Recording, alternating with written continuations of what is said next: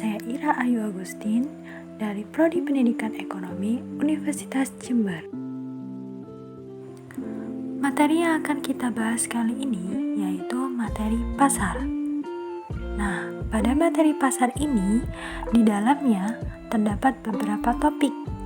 Nah, yang akan kita bahas bareng-bareng yaitu pengertian pasar, fungsi pasar, ciri-ciri pasar, dan jenis-jenis pasar.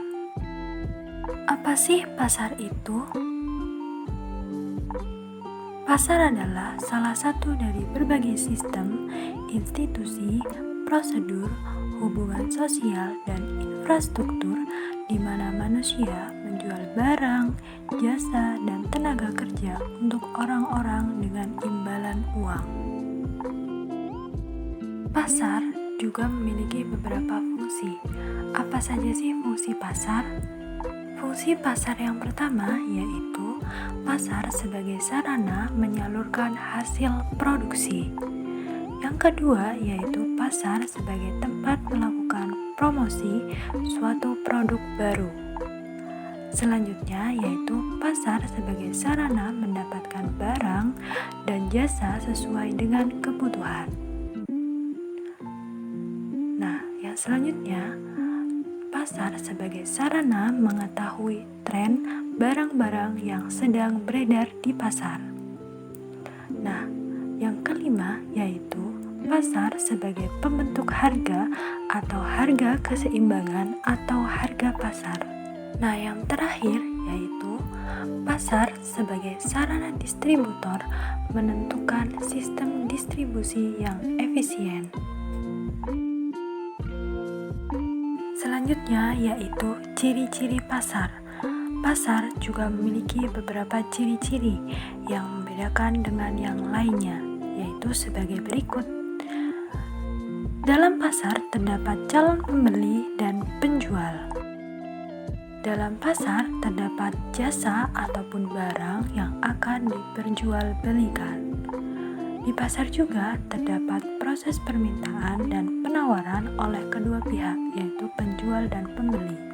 Pada pasar terdapat interaksi antara pembeli dan penjual, baik itu secara langsung ataupun tidak langsung. Topik selanjutnya dalam materi pasar yaitu jenis-jenis pasar. Pasar juga dibedakan menjadi beberapa jenis, yaitu sebagai berikut. Yang pertama, jenis pasar berdasarkan wujudnya. Yang kedua, jenis pasar berdasarkan transaksinya. Selanjutnya, yang ketiga yaitu jenis pasar berdasarkan waktu pelaksanaannya. Yang keempat, yaitu jenis pasar berdasarkan barang yang diperjualbelikan. Yang kelima yaitu jenis pasar berdasarkan luas kegiatan distribusinya. Dan yang terakhir yaitu jenis pasar berdasarkan bentuk dan strukturnya. Yang pertama yang akan kita pelajari bareng-bareng yaitu pasar berdasarkan wujudnya. Pada jenis pasar berdasarkan wujudnya ini dibedakan lagi menjadi dua jenis, yaitu pasar nyata dan pasar abstrak. Yang pertama yang akan kita bahas bareng-bareng yaitu pasar nyata atau pasar konkret. Pengertian dari pasar nyata atau konkret yaitu pasar di mana barang yang diperjualbelikan benar-benar ada dan penjual dan pembeli bertemu langsung. Pasar nyata atau konkret ini juga memiliki beberapa ciri-ciri, yaitu transaksi dilakukan secara tunai, barang dapat dibawa atau diambil saat itu juga. Barang yang diperjualbelikan benar-benar ada atau nyata, penjual dan pembeli bertemu secara langsung. Berikut contoh dari pasar nyata atau konkret yaitu pasar tradisional. Bisa dilihat barangnya ada dan penjual dan pembeli berinteraksi secara langsung. Contoh lain dari pasar nyata atau konkret adalah swalayan atau supermarket. Selanjutnya yaitu pasar abstrak. Pengertian dari pasar abstrak yaitu pasar di mana barang yang diperjualbelikan tidak tersedia secara langsung dan antara penjual dan pembeli tidak bertemu secara langsung.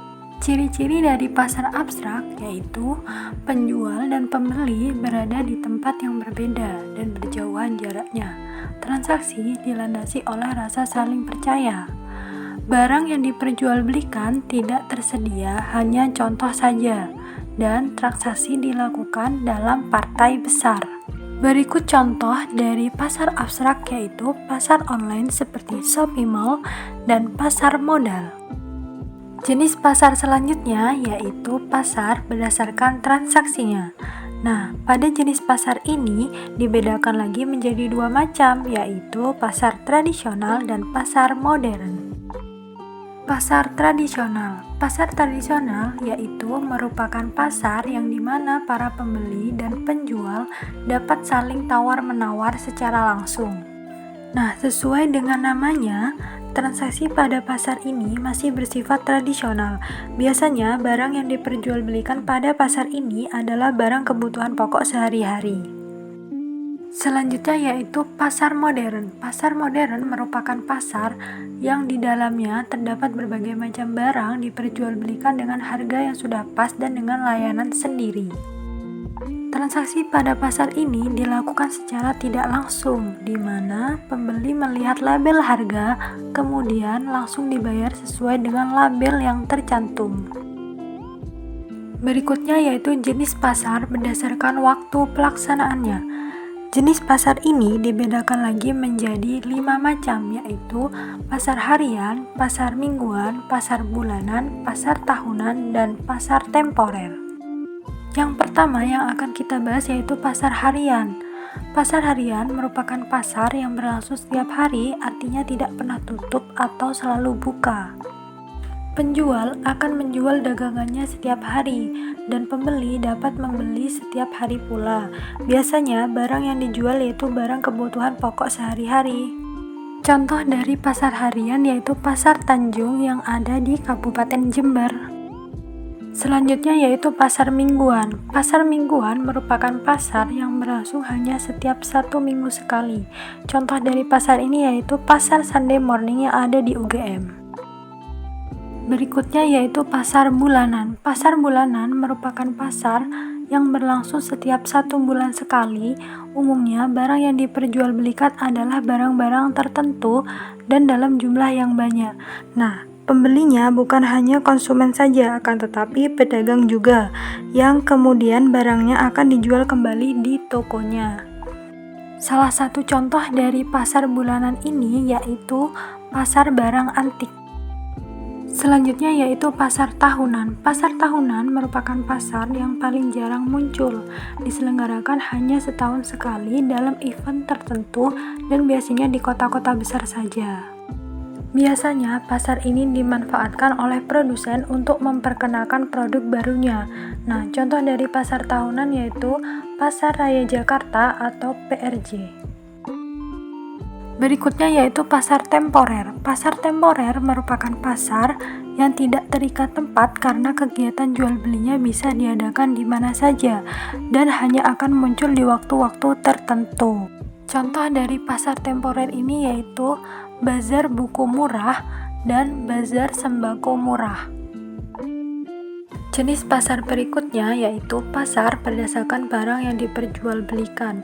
Nah, pada pasar ini dibedakan lagi menjadi 2 jenis, yaitu pasar barang konsumsi dan pasar faktor produksi. Pasar barang konsumsi. Pasar barang konsumsi merupakan pasar yang memperjualbelikan barang-barang konsumsi untuk memenuhi kebutuhan hidup manusia. Biasanya, barang yang diperjualbelikan pada pasar ini dapat langsung digunakan oleh konsumen.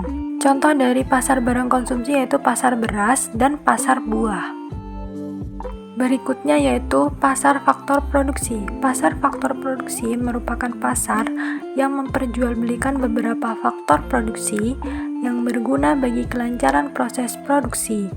Nah, contoh faktor produksi yang dijual di pasar ini yaitu seperti tembakau, minyak bumi, tembaga, mesin cetak, dan lain sebagainya. Salah satu contoh dari pasar ini yaitu pasar tembakau dan pasar bursa efek tenaga kerja. Jenis pasar selanjutnya yaitu pasar berdasarkan kegiatan distribusinya.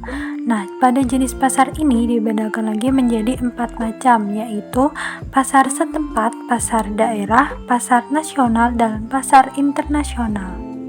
Yang akan kita bahas pertama pada jenis pasar ini yaitu pasar setempat. Pasar setempat merupakan pasar yang aktivitas pertemuan antara penjual dan pembeli yang hanya mencakup tempat tertentu. Barang-barang yang diperjualbelikan di pasar ini berupa barang-barang konsumsi atau barang-barang keperluan sehari-hari. Pasar ini disebut juga sebagai pasar lokal atau pasar tradisional. Salah satu contoh dari pasar setempat ini yaitu pasar ikan di Kecamatan Puger, Kabupaten Jember. Berikutnya yaitu pasar daerah. Pasar daerah merupakan pasar yang aktivitas pertemuan antara penjual dan pembeli yang mencakup wilayah tertentu, contohnya wilayah kabupaten atau provinsi. Pedagang-pedagang yang ada di pasar ini biasanya yaitu para pedagang besar yang melayani pedagang eceran. Nah, barang yang diperdagangkan di pasar ini yaitu barang hasil industri seperti alat-alat dapur, perlengkapan mandi. Nah, untuk contoh dari pasar ini yaitu Pasar Klewer yang ada di Solo. Selanjutnya yaitu pasar nasional. Pasar nasional merupakan pasar yang kegiatan pertemuan antara penjual dan pembelinya mencakup wilayah suatu negara. Barang yang diperjualbelikan pada pasar ini biasanya yaitu barang konsumsi, barang produksi, surat berharga, saham, valuta asing, dan modal. Contoh dari pasar nasional ini yaitu pasar valuta asing dan pasar modal. Berikutnya yaitu pasar internasional. Pasar internasional merupakan pasar yang kegiatan pertemuan antara penjual dan pembelinya dari berbagai negara di seluruh dunia. Barang-barang yang diperdagangkan di pasar ini berupa komoditi yang diminati konsumen internasional. Salah satu contoh dari pasar internasional ini yaitu pasar minyak bumi di Uni Emirat Arab. Selanjutnya, jenis pasar yang terakhir yaitu pasar berdasarkan bentuk dan strukturnya. Nah, pada jenis pasar ini dibedakan lagi menjadi dua macam, yaitu pasar persaingan sempurna dan pasar persaingan tidak sempurna. Yang pertama yang akan kita bahas pada jenis pasar ini yaitu pasar persaingan sempurna. Nah, pasar ini memiliki karakteristik yang membedakan dengan pasar lainnya, yaitu karakteristik yang pertama yaitu memiliki banyak penjual dan pembeli. Yang kedua, barang yang diperjualbelikan bersifat homogen. Yang ketiga, penjual bebas keluar masuk pasar. Karakteristik yang keempat yaitu penetapan harga ditentukan oleh penawaran dan permintaan. Dan yang kelima, pembeli sudah mengetahui kondisi pasar dengan baik. Nah, berikut beberapa contoh dari pasar persaingan sempurna yaitu pasar sayuran dan pasar buah-buahan. Berikutnya yaitu pasar persaingan tidak sempurna. Nah, pasar ini juga memiliki karakteristik yang membedakan dengan pasar persaingan sempurna, yaitu karakteristik yang pertama, terdapat sedikit penjual dengan pembeli yang banyak. Yang kedua, penjual dapat menentukan harga barang. Dan yang ketiga, produk yang diperjualbelikan bersifat heterogen. Pasar persaingan tidak sempurna ini dibedakan lagi menjadi 3 jenis, yaitu pasar monopoli, pasar persaingan monopolistis, dan pasar oligopoli. Pasar monopoli. Pasar monopoli merupakan pasar yang dikuasai oleh satu orang penjual yang bertindak sebagai pengambil keputusan. Pasar monopoli ini sendiri juga memiliki beberapa ciri-ciri, yaitu industri satu perusahaan, tidak ada barang pengganti yang serupa, perusahaan lain sulit untuk masuk ke dalam pasar. Ciri-ciri pasar monopoli selanjutnya yaitu perusahaan di pasar monopoli sebagai penentu harga, dan yang terakhir, promosi iklan kurang dibutuhkan. Berikut beberapa contoh dari pasar monopoli yang ada di Indonesia yaitu PT KAI atau Kereta Api Indonesia, PT PLN yaitu Perusahaan Listrik Negara, PT Telkom Indonesia, dan PDAM yaitu Perusahaan Daerah Air Minum. Berikutnya yaitu pasar persaingan monopolistis. Pasar persaingan monopolistis ini yaitu suatu pasar yang di dalamnya terdapat banyak produsen dalam menghasilkan barang yang sama, tetapi masing-masing pada barang tersebut mempunyai perbedaan pada beberapa aspek. Nah, ciri-ciri dari pasar persaingan monopolistis sendiri yaitu terdapat banyak produsen atau penjual, terdapat diferensiasi produk, produsen dapat menentukan harga, produsen mudah keluar masuk pasar, dan produsen harus melakukan promosi. Untuk contoh dari pasar persaingan monopolistis sendiri, yaitu barang-barang kebutuhan sehari-hari seperti sabun, sampo, pasta gigi dari berbagai perusahaan, namun produk-produk tersebut memiliki kualitas dan harga yang berbeda meskipun produknya serupa. Nah, selanjutnya yang terakhir yaitu pasar oligopoli. Pasar oligopoli termasuk ke dalam pasar persaingan tidak sempurna. Nah, pasar ini didefinisikan sebagai suatu bentuk pasar yang terdiri dari beberapa produsen atau penjual yang menguasai penawaran. Penguasaan penawaran dalam pasar ini dapat dilakukan secara independen atau sendiri-sendiri ataupun secara diam-diam bekerja sama. Pasar oligopoli ini juga memiliki beberapa ciri-ciri, yaitu terdapat 2 perusahaan atau lebih, produk yang dijual umumnya bersifat homogen, harga barang relatif sama, produsen baru sulit masuk ke pasar, membutuhkan modal yang cukup besar, kebijakan salah satu perusahaan secara signifikan mempengaruhi produsen lain. Untuk contoh dari pasar oligopoli sendiri yaitu perusahaan rokok dan perusahaan semen. Nah, itu semua merupakan materi tentang pasar. Cukup sekian untuk pemaparan atau pembelajaran materi pasar kali ini.